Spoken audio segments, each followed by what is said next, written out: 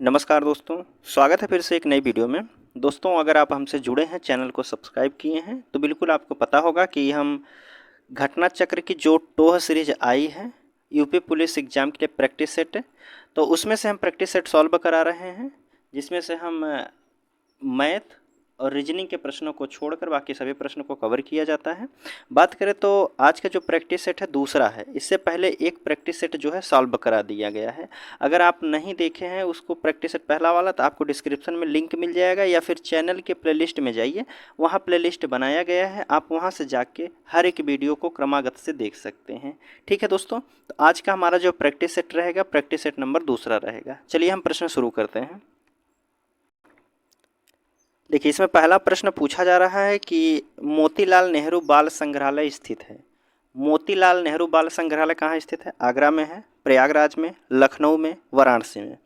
पूछा गया है कि मोतीलाल नेहरू बाल संग्रहालय, तो मोतीलाल नेहरू बाल संग्रहालय जो आपका स्थित है यह लखनऊ में स्थित है। कहाँ? लखनऊ में। ऑप्शन सी वाला यहाँ बिल्कुल सही होगा। ठीक है, दूसरा पूछा जा रहा है कि उत्तर प्रदेश का सबसे पूर्वी शहर निम्नलिखित में से कौन सा है? सबसे पूर्वी जिला कौन है? बलिया है, आजमगढ़, बाराबंकी, बस्ती। तो आप कहेंगे ये सबसे पूर्वी जिला पूछा गया है तो बलिया है। ठीक है, कौन सा है? बलिया। ऑप्शन ए वाला यहाँ बिल्कुल सही हो जाएगा। अगला पूछा जा रहा है कि देखिए, इसमें है कि उत्तर प्रदेश में उगाई गई निम्नलिखित फसलों में से किसकी अवधि जो है न्यूनतम होती है? किस फसल की अवधि जो होती है सबसे कम समय में उगाया जाता है? चना को, मसूर के, अरहर के, या फिर मूंग को? तो आप कहेंगे सबसे कम समय में उगाया जाता है मूंग को। ऑप्शन डी वाला यहाँ बिल्कुल सही होगा। अगला पूछा जा रहा है कि निम्नलिखित नृत्यों में से कौन एक सुमेलित नहीं है? इनमें से एक सुमेलित नहीं है, कौन सा? कर्मा महोबा से संबंधित है, धुरिया बुंदेलखंड, धीवर धीवर जो है आपका कहाँ से है, नटवरी आपके पूर्वांचल क्षेत्र से है। तो आपसे पूछा गया कि कौन सा सुमेलित नहीं है। आप प्रश्न को अगर पढ़े हैं तो बिल्कुल आपको समझ में आ जाएगा। कहेंगे आप कर्मा जो है महोबा से नहीं संबंधित है। कर्मा की बात की जा रही, कर्मा जो है आपके सोनभद्र जिले में बोला। ठीक है, कहाँ? सोनभद्र से संबंधित है। अगला प्रश्न है, अगर बात करते हैं दोस्तों, इस प्रैक्टिस सेट का पीडीएफ आप डाउनलोड करना चाहते हैं तो डिस्क्रिप्शन में टेलीग्राम चैनल का लिंक दिया गया है, आप वहां से जाके पीडीएफ को भी डाउनलोड कर सकते हैं। ठीक है, देखिए इसमें पूछा जा रहा है कि निम्नलिखित शास्त्रीय नृत्यों का प्रारूपों में से उत्तर प्रदेश के संबंध में है, इनमें से कौन सा नृत्य है जो उत्तर प्रदेश में संबंधित है? कथक है, भरतनाट्यम है, उड़ीसा है, ओडिसी है, और कुचिपुड़ी है। प्रश्न आप पढ़े हैं तो बिल्कुल आपको पता होगा कि कथक जो है यह उत्तर प्रदेश का एक शास्त्रीय नृत्य है। अगला पूछा जा रहा है कि शीलाधर मृदा विज्ञान संस्थान स्थित है। शीलाधर मृदा विज्ञान जो संस्थान है कहाँ स्थित है? आगरा में है, प्रयागराज में, लखनऊ में, या फिर बनारस में? तो आप कहेंगे शीलाधार मृदा विज्ञान संस्थान जो उपस्थित है, स्थित है, यह आपके प्रयागराज में स्थित है। ठीक है, ऑप्शन बी वाला यहाँ बिल्कुल सही है। अगला देखिए, सातवां प्रश्न आपसे पूछा जा रहा है कि मई 2024 में उत्तर प्रदेश की किस महिला को प्रतिष्ठित अमल क्लूनी महिला सशक्तिकरण पुरस्कार से सम्मानित किया गया है? किस महिला को किया गया है? करंट अफेयर अगर आप पढ़ते हैं तो बिल्कुल आपको पता होगा, आरती को किया गया है। ठीक है, ऑप्शन कौन सा हो जाएगा? बी वाला बिल्कुल सही है। अगला प्रश्न पूछा जा रहा है, देखिए कि मई 2024 में रक्षा अनुसंधान एवं विकास संगठन ने रुद्रम 2 जो है मिसाइल का सफल परीक्षण किया गया है। यह कहाँ किया गया? हवा से हवा में किया गया है, सतह से सतह पर किया गया है, या फिर हवा से सतह पर किया गया है, या इनमें से कोई नहीं? तो रुद्रम 2 जो है यह दोस्तों हवा से सतह पर किया गया है। ऑप्शन ए वाला यहाँ बिल्कुल सही होगा।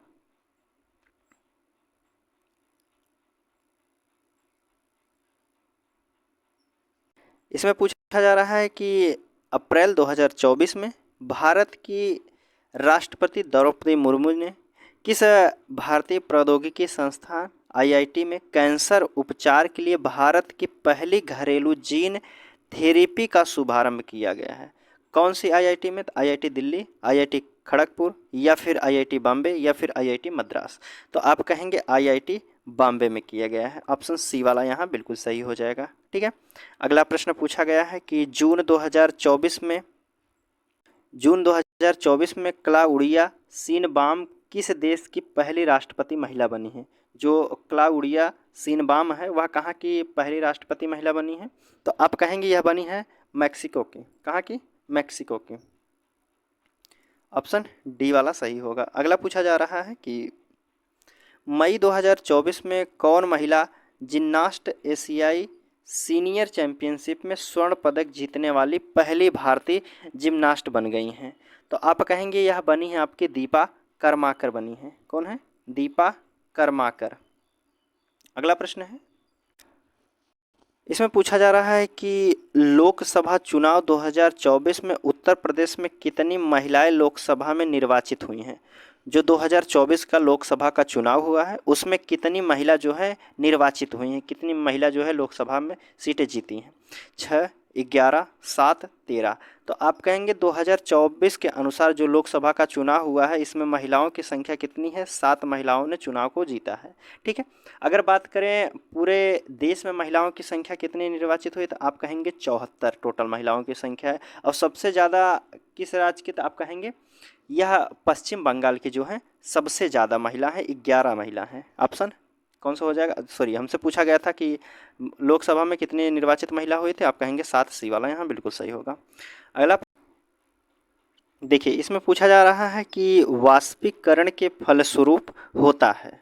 वाष्पीकरण के फलस्वरूप क्या होता है? तो आप सभी को पता होगा वाष्पीकरण के फलस्वरूप जो होता है शीतलन होता है। क्या होता है? शीतलन। ऑप्शन बी वाला यहाँ बिल्कुल सही होगा। अगला पूछा जा रहा है कि प्रसिद्ध ग्रंथ रामायण के रचयिता कौन है? रामायण के रचयिता पूछा गया है, सभी को पता होगा, हम पता है कि रामायण के जो रचयिता है महर्षि वाल्मीकि हैं। कौन है? महर्षि वाल्मीकि। ऑप्शन सी वाला यहाँ बिल्कुल सही होगा। अगला प्रश्न 15 नंबर का पूछा जा रहा है कि 1857 के विद्रोह के दौरान भारत के गवर्नर जनरल कौन थे? जब 1857 का विद्रोह हुआ था उस समय भारत के गवर्नर जनरल कौन थे? लॉर्ड कॉर्नवालिस थे, लॉर्ड मेयो थे, लॉर्ड कैनिंग या फिर लॉर्ड हेस्टिंग थे? 1857 के विद्रोह के समय भारत का गवर्नर जनरल जो था लॉर्ड कैनिंग था। कौन? Lord Canning. ऑप्शन कौन सा? सी वाला बिल्कुल सही होगा। अगला पूछा जा रहा है कि ब्रिटिश संसद के किस अधिनियम ने ईस्ट इंडिया कंपनी की शक्तियों को ब्रिटिश क्राउन को स्थानांतरित कर दिया था?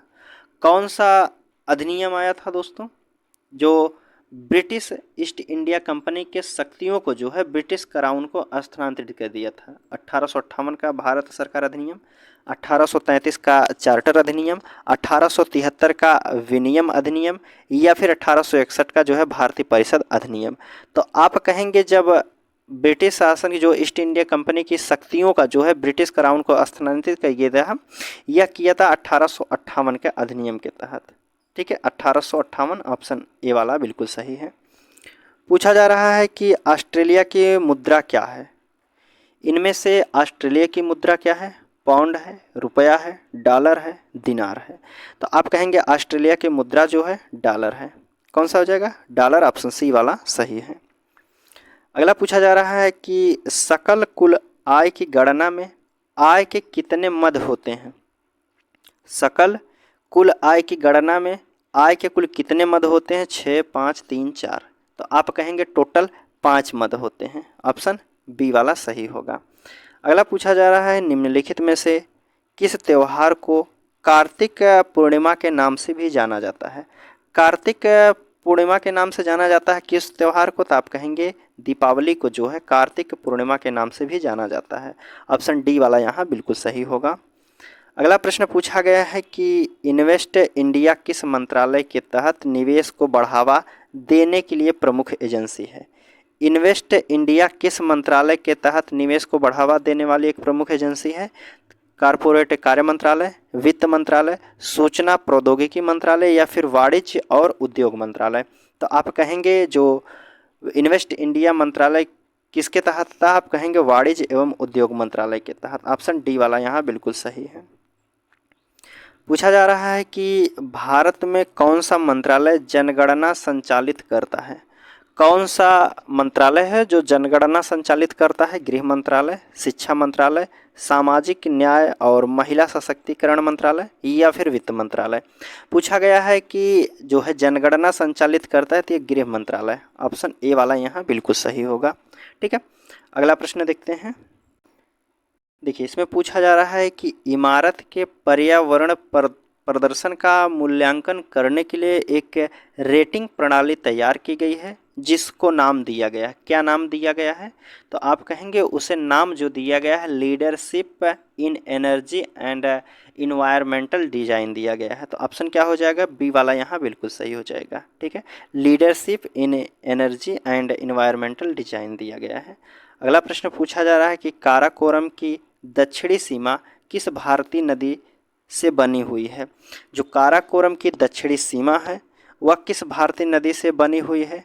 गंगा से, गिलगित से, ब्रह्मपुत्र से, सतलुज से।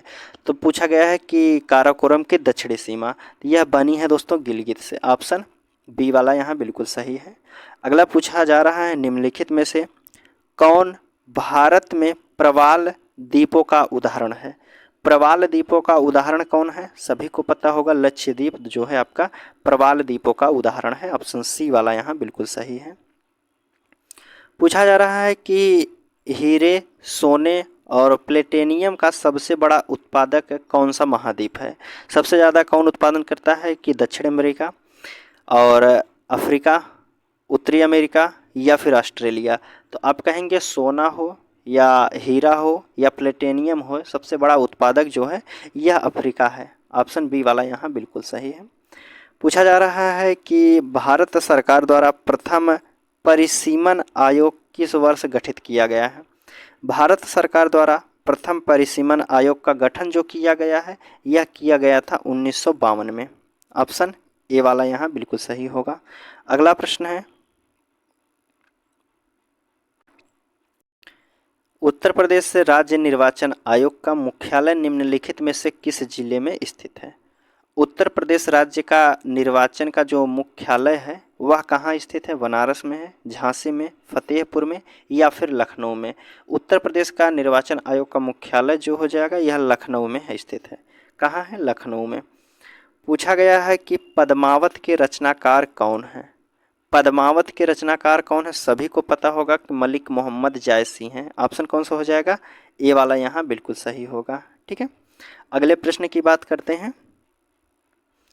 कह रहा है कि विश्व स्वास्थ्य संगठन का मुख्यालय कहाँ है? विश्व स्वास्थ्य संगठन का मुख्यालय कहाँ है? जिनेवा स्विट्जरलैंड, न्यूयॉर्क में है, पेरिस में है या फिर वाशिंगटन डीसी में है? विश्व स्वास्थ्य संगठन का मुख्यालय सभी को पता होगा जिनेवा स्विट्जरलैंड में। ऑप्शन ए वाला यहाँ बिल्कुल सही है। पूछा गया है कि इसमें पूछा जा रहा है कि कचतीवू को श्रीलंका को सौंपने के दौरान जो है भारत के प्रधानमंत्री कौन थे? जब कचतीवू को श्रीलंका को सौंप दिया गया था तब उस समय भारत के प्रधानमंत्री कौन थे? लाल बहादुर शास्त्री, मनमोहन सिंह, इंदिरा गांधी, राजीव गांधी।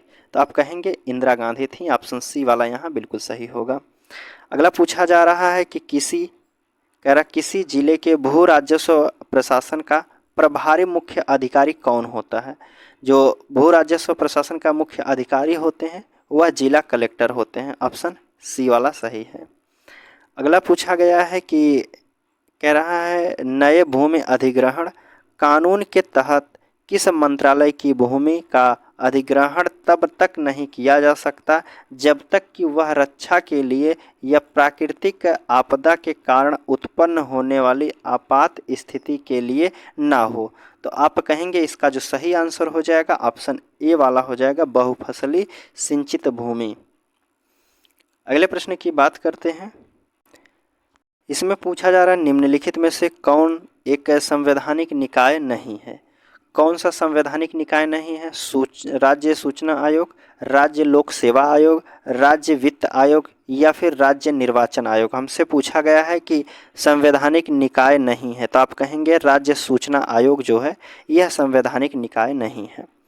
आगे पूछा जा रहा है कि एक सॉफ्टवेयर है जो आप पर जासूसी करता है ताकि इंटरनेट पर वही आपकी गतिविधियों को भांप सके, उसके मुताबिक आपके सिस्टम में विज्ञापन ला सके। आपने अक्सर देखा होगा फ़ोन यूज करते समय आप जैसा सोचते हैं वैसा ही विज्ञापन आपके फ़ोन पर दिखाई देने लगता है। तो कौन सा सॉफ्टवेयर होता है जो आपके भावनाओं को कैच करता है? आप कहेंगे एक एम्पाईवेयर नाम का सॉफ्टवेयर होता है। एम्पाईवेयर नाम का एक सॉफ्टवेयर होता है। इसके तहत यह आपके मोबाइल में सारी गतिविधियों को देखता है। उसके बाद आप जैसा सोचते हैं उसी के मुताबिक जो है आपको ऐड दिखाई देता है। ठीक है, तो ऑप्शन कौन सा हो जाएगा? डी वाला सही है। पूछा गया है कि भारतीय संविधान का निर्माण किस सभा द्वारा किया गया था? लोकसभा द्वारा, संविधान सभा द्वारा, राज्यसभा या इनमें से कोई नहीं? तो संविधान सभा का जो निर्माण किया गया था यह संविधान सभा के द्वारा किया गया था। पूछा गया है कि भारतीय संविधान के अनुच्छेद किस अनुच्छेद में बालात श्रम पर प्रतिषेध प्रतिविकल्पित है? कह रहा है कि बालात श्रम से कौन सा अनुच्छेद संबंधित है? सभी को पता होगा, अनुच्छेद 23। अनुच्छेद 23 बालात श्रम से संबंधित है। अगला प्रश्न है, बेगारी उसमें नहीं करा सकते आप, उसी में है। पूछा गया है कि भारतीय संविधान निम्नलिखित में से कौन सा अनुच्छेद पंचायतों के चुनाव से संबंधित है? कौन सा अनुच्छेद है पंचायत के चुनाव से संबंधित है? तो आप कहेंगे पंचायत के चुनाव से जो संबंधित है अनुच्छेद 243 के में बताया गया है। इसमें बताया गया है पंचायतों का चुनाव होगा। पूछा गया है कि तिलक किस प्रकार का शब्द है? तद्भव है, तत्सम है, संकर शब्द है या फिर देशज शब्द है? तो आप कहेंगे तिलक जो है यह एक तत्सम शब्द है। तत्सम अर्थात संस्कृत का शब्द है और इसका जो तद्भव होता है टीका होता है। ऑप्शन क्या हो जाएगा? बी वाला यहाँ सही होगा। पूछा गया है कि चतुष्पदी द्वीप पूछा गया है, चतुष्पदी का तद्भव क्या होता है? चारपाई होता है, चौपाया होता है, चौपाई होता है, चौपाल होता है। चतुष्पदी जो है यह चौपाई का तद्भव है। ठीक है, अगला प्रश्न है, कह रहा है पाली भाषा का संबंध निम्नलिखित में से किस साहित्य से मुख्य रूप से जुड़ा हुआ है? पाली भाषा का संबंध इनमें से किस साहित्य से मुख्य रूप से जुड़ा हुआ है? भक्ति साहित्य से, जैन साहित्य से, बौद्ध साहित्य से? आप कहेंगे बौद्ध साहित्य से जुड़ा हुआ है। अगला प्रश्न है, पूछा गया है कि प्रथम राजभाषा आयोग के अध्यक्ष इनमें से कौन थे? प्रथम राजभाषा आयोग के अध्यक्ष की बात की गई है तो बीजी खेर थे। कौन थे? बीजी खेर। ऑप्शन डी वाला यहाँ बिल्कुल सही है। अगला प्रश्न पूछा गया है कि भक्ति काल को, कह रहा है कि भक्ति काल को हिंदी साहित्य का स्वर्ण युग सर्वप्रथम इनमें से किसने कहा था? भक्ति काल को हिंदी साहित्य का स्वर्ण युग कहने वाले जो व्यक्ति हैं यह थे आपके दोस्तों, कौन थे? आप कहेंगे जॉर्ज ग्रियर्सन थे। कौन थे? George Grierson. अगला प्रश्न है, पूछा गया है कि दिए गए विकल्पों में से प्रतिक्रिया का पर्यायवाची शब्द क्या होता है? प्रतिक्रिया का पर्यायवाची शब्द क्या हो जाएगा? प्रत्युत्तर होता है, भनभनाहट होता है, यथा नियम होता है, बदस्तूर होता है? तो आप कहेंगे प्रतिक्रिया का जो पर्यायवाची होता है प्रत्युत्तर होता है। ऑप्शन ए वाला सही है। इसमें पूछा जा रहा है दिए गए विकल्पों में से विकीर्ण शब्द का विपरीत अर्थी शब्द क्या होता है? विस्तार होता है, भीतर होता है, वितरण होता है, एकत्र होता है? विकीर्ण मतलब होता है फैलाव करना और इसका विलोमार्थक जो हो जाएगा एकत्रित करना हो जाएगा, एकत्र हो जाएगा। ऑप्शन ए डी वाला जो है सही होगा। पूछा जा रहा है कि इनमें से कौन सा शब्द फल का अर्थ नहीं देता है? कौन सा शब्द है जो फल का अर्थ नहीं होता है? पंख, संतान, परिणाम, लाभ? तो आप कहेंगे संतान भी होता है फल का, लाभ भी होता है, परिणाम भी होता है, लेकिन पंख जो है यह नहीं होता है फल का एक अर्थ। अगला प्रश्न पूछा गया है, जिस पर हमला ना किया गया हो वाक्यांश के लिए उपयुक्त शब्द कौन सा होगा? जिस पर हमला ना किया गया हो उसे क्या कहते हैं? आप सभी को पता होगा, अनाक्रांत कहते हैं। क्या कहते हैं? अनाक्रांत कहते हैं। ऑप्शन ए वाला सही होगा। अगला प्रश्न है, देखिए इसमें पूछा जा रहा है कि हिंदी वर्तनी के आधार पर सही वाक्य का चयन कीजिए। हिंदी वर्तनी के आधार पर सही वाक्य बताना है। तुम इसका दाम देते जाओ, तुम इसके दाम देते जाओ, तुम इसका दाम देते जाओ या फिर तुम इसके दाम देते जाओ। तो बात करते हैं सही वर्तनी पूछा गया है तो इसका सही हो जाएगा तुम इसके दाम देते जाओ, बी वाले में बिल्कुल सही लिखा गया है। अगला पूछा जा रहा है कि प्रेमचंद साहित्य राष्ट्रीय चेतना का जो पूंजीभूत ज्योति स्तूप है रेखांकित शब्द की त्रुटि सुधारिए। कह रहा है कि पूंजीभूत जो है इसकी वर्तनी क्या होगी? पूंजीभूत की वर्तनी किस ऑप्शन में सही लिखी गई है? तो आप कहेंगे ऑप्शन बी वाले में लिखी गई है। कैसा लिखी गई है? ऑप्शन बी वाले में जो है सही लिखा गया। आप देख लीजिए कैसा लिखा जाता है पूंजीभूत। इसमें पूछा जा रहा है निम्नलिखित में से स्त्री शब्द पहचानिए। स्त्री शब्द कौन सा हो जाएगा? कसीदाकार या फिर जुर्राब, पजामा, घाघरा? तो आप कहेंगे जो स्त्री लिंग शब्द है जुराब जो है यह स्त्रीलिंग शब्द है और यह एक दोस्तों तुर्की भाषा का शब्द है। पूछा गया है लड़के को बुलाओ, लड़के को बुलाओ सामान्य बहुवचन बताइए। लड़के को बुलाओ इसे बहुवचन में क्या कहते हैं? तो आप कहेंगे लड़कों को बुलाओ। ठीक है, लड़कों को बुलाओ। ऑप्शन को आप एकदम बिल्कुल ध्यान से देखिएगा। देखिए पहला ऑप्शन और डी वाला ऑप्शन लगभग मिलता जुलता है, लेकिन इसमें अनुस्वार की गलती है। ओ के बाद अनुस्वार लगा है, अनुस्वार नहीं रहेगा। ऑप्शन डी वाला यहाँ बिल्कुल सही होगा। कह रहा है मेरी गोद में बिल्ली है, इस वाक्य कौन सा कारक है? मेरी गोद में अधिक किस में होता है? आप कहेंगे अधिकरण में पर जो है यह अधिकरण का कारक होता है। ऑप्शन डी वाला सही होगा। कह रहा है शहर संज्ञा का कौन सा प्रकार है? जातिवाचक हो जाएगा शहर, कहेंगे ए वाला सही है। अगला प्रश्न है विशेषण का लिंग किसके अनुसार होता है? विशेषण का जो लिंग होता है वह किस पे आधारित होता है? तो आप कहेंगे यह होता है आपके आधारित जो होता है विशेष के अनुसार होता है। जैसा विशेष रहेगा उसी के आधार पर लिंग का परिवर्तन होगा। पूछा गया है कि राम लक्ष्मण से पत्र लिखवाता है, किसी और से काम करवाया जा रहा है, तो आप कहेंगे प्रेरणार्थक क्रिया होती है। जब किसी दूसरे से काम करवाया जाता है तो वहाँ प्रेरणार्थक क्रिया होती है। पूछा गया है कि उस डाली पर एक तोता बैठा है, वाक्य में प्रयुक्त काल पहचानिए। उस डाली पर एक तोता बैठा है, उस डाली पर एक तोता बैठा है, तो आप कहेंगे पूर्ण वर्तमान काल हो जाएगा। वर्तमान काल की बात की जा रही है, वो भी पूर्ण वर्तमान काल होगा। पूछा गया है कि जब किसी वाक्य की क्रिया में लिंग वचन और पुरुष कर्ता के लिए लिंग वचन पुरुष के अनुसार तब वाक्य का वाच्य होता है। जब लिंग वचन और पुरुष कर्ता के अनुसार और लिंग वचन और पुरुष के अनुसार हो तब वहाँ जो है कृत्यवाच्य होता है। आप कहेंगे बी वाला सही है। अगला प्रश्न पूछा जा रहा है कि अव्यय इनमें से कौन सा कथन सही है? अव्यय के लिए ए अविकारी होते हैं या विकारी होते हैं, या फिर ए अविकारी या विकारी दोनों होते हैं, तो आप कहेंगे अव्यय जो होते हैं ये अविकारी होते हैं। पूछा गया है इसमें पूछा जा रहा है कि दासत्व शब्द में प्रत्यय बताना है। दासत्व में प्रत्यय कौन है? तो आप सभी को पता होता है दास मूल शब्द होता है, उसमें त्व प्रत्यय लगा है, तो ऑप्शन बी वाला यहाँ बिल्कुल सही होगा। अगला प्रश्न है पूछा जा रहा है कि पूजा में कौन सा प्रत्यय है? पूजा में कौन सा प्रत्यय है? सभी को पता होगा आ प्रत्यय लगा है। सूर्योदय का सही संधि विच्छेद क्या होता है? तो आप कहेंगे सूर्य प्लस उदय होता है। ऑप्शन डी वाला यहाँ बिल्कुल सही है। अगला प्रश्न है कि विहान कब आएगा? विहान नाम का एक व्यक्ति है, वह कब आएगा यह पूछा जा रहा है। विहान कब आएगा? तो आप कहेंगे प्रश्न किया जा रहा है, लेकिन इसमें पूर्ण विराम का चिन्ह दिया गया है, तो इसमें जो है प्रश्नवाचक चिन्ह की गलती की गई है। तो ऑप्शन डी वाला बी वाला यहाँ बिल्कुल सही हो जाएगा। ठीक है। इसमें कह रहा है अपने मरे बिना स्वर्ग नहीं दिखता, इस कहावत का सही अर्थ क्या होता है? अपने मरे बिना स्वर्ग नहीं दिखता अर्थात स्वयं प्रयत्न करने पर ही काम बनता है। ऑप्शन बी वाला यहाँ बिल्कुल सही हो जाएगा। अगला प्रश्न है कि श्रृंगार का अस्थायी भाव क्या होता है? सभी को पता होगा श्रृंगार का अस्थायी भाव क्या होता है, तो आप कहेंगे रति होता है, जिसके प्रेम कहा जाता है। अगला प्रश्न है कि कुंडलिया छंद किन दो छंदों के मेल से बनता है? कुंडलिया जो छंद है यह बनता है दोहा और रोला के योग से बनता है। ऑप्शन ए वाला यहाँ बिल्कुल सही है।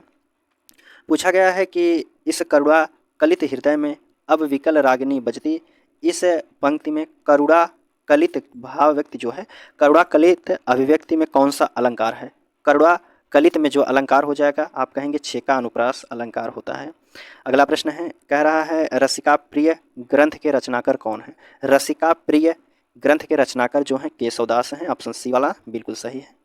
पूछा गया है कि कबीरदास की भाषा को कहा जाता है, कबीरदास की भाषा को क्या कहा जाता है? तो आप कहेंगे इनको जो है सधुकड़ी भाषा भी कहा जाता है कबीरदास की भाषा को। अगला प्रश्न पूछा गया है गिरिराज किशोर को प्राप्त पुरस्कार से संबंध में रचना और पुरस्कार का कौन सा जोड़ा सही है? गिरिराज किशोर को पुरस्कार प्राप्त हुआ है, वह किस रचना के लिए पुरस्कार दिया गया है वह पूछा गया है। तो आप कहेंगे ढाई घर साहित्य अकादमी पुरस्कार दिया गया है। ढाई घर जो उनकी रचना है उसके लिए साहित्य अकादमी पुरस्कार दिया गया है। अगला प्रश्न पूछा गया है कि केंद्रीय हिंदी निदेशालय का मुख्यालय कहाँ है? केंद्रीय हिंदी निदेशालय का मुख्यालय सभी को पता होगा नई दिल्ली में है। कहाँ? नई दिल्ली में। पूछा गया है कि प्राकृत पाणिनि किसे कहा जाता है? प्राकृत का पाणिनि किसे कहा जाता है? तो आप कहेंगे प्राकृति का जो कहा जाता है यह कहा जाता है हेमचंद को कहा जाता है। ठीक है दोस्तों, आज का प्रश्न यहीं समाप्त करते हैं। चलिए मिलते हैं आपसे अगले वीडियो में, तब तक के लिए धन्यवाद दोस्तों।